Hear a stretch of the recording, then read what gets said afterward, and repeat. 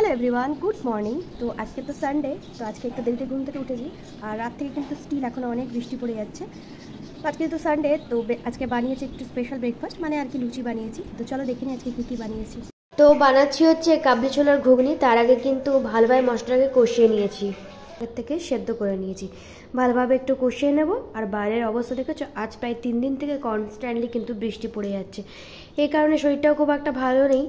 তোমরা ভয়েস শুনলেও বুঝতে পারবে, কেন কি ওয়েদার চেঞ্জের জন্য কিন্তু গলায় প্রচণ্ড ব্যথা আর বিভৎস একটা কাশি হচ্ছে। তো যাই হোক, এখানে লুচি করবো বলে লুচির গলিগুলোও করে নিচ্ছি। আর এখানে দেখো ঘুগনিটা আমার রেডি হয়ে গেছে। এবার হচ্ছে গরম গরম লুচিগুলো ভেজে সবাইকে কিন্তু খেতে দিয়ে দেবো। মামামের আগেই খাওয়া হয়ে গেছে, ও তো এসব খেতে পারে না, তো ওকে ডালিয়ার খিচুড়ি খাইয়ে দিয়েছি। আর এমনিতেও আমাদের সাথে একটু করে খেতে চায়, তো আমাদের সাথে একটু করে খায়। তো ব্রেকফাস্ট এখানে সাজিয়ে দিয়েছি, আর সাথে মিষ্টি ছিল তো সেটাও দিয়ে দিয়েছি। তো ব্রেকফাস্ট করে এবার হচ্ছে বাজারে যেতে হবে। তোর বাবা বাজারে যাবে, দেখি বাজার থেকে কি আনে, সেই মতো কিন্তু রান্না করব। তো ওদের মেয়েকে নিয়ে যাই, কিন্তু আজকে এত বৃষ্টি পড়ছে বলে মেয়েকে আর নিয়ে যাওয়া হয়নি। তো ওকে আমি নিয়ে একটু জানলার সামনে দাঁড়িয়েছিলাম, কেন কি আবার বাবাকে দেখলে মেয়ে কাঁদতে শুরু করবে, সেই কারণে। তো বাজার থেকে দেখলাম অনেকদিন পরে কিন্তু মাটন নিয়ে এসছে। তো মাটন দেখে আমি আগেই বলে দিলাম যে আমি কিন্তু রান্না করতে পারবো না, করলে তোমাকেই করতে হবে। তো বড় বলে ঠিক আছে, আজকে আমি তোমাকে স্পেশাল মাটন রান্না করে খাওয়াচ্ছি।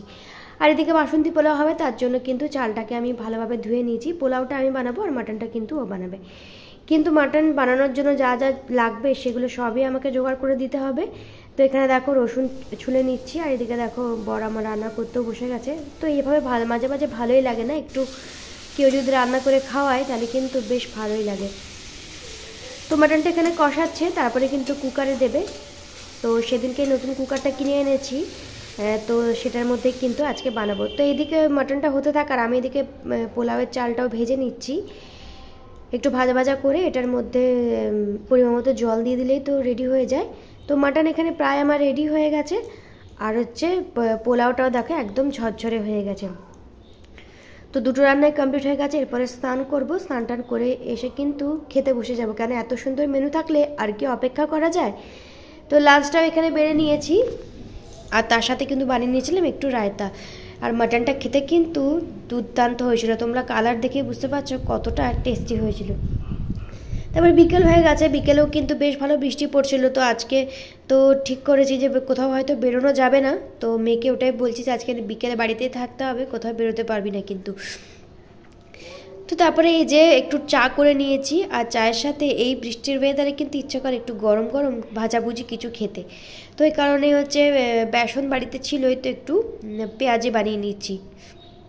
গরম গরম চায়ের সাথে এরকম পেঁয়াজি হলে আর কি লাগবে বলো তো। তো তারপরে সব খাওয়া দাওয়া করে মামা আমাদের সাথে একটু খাচ্ছিল।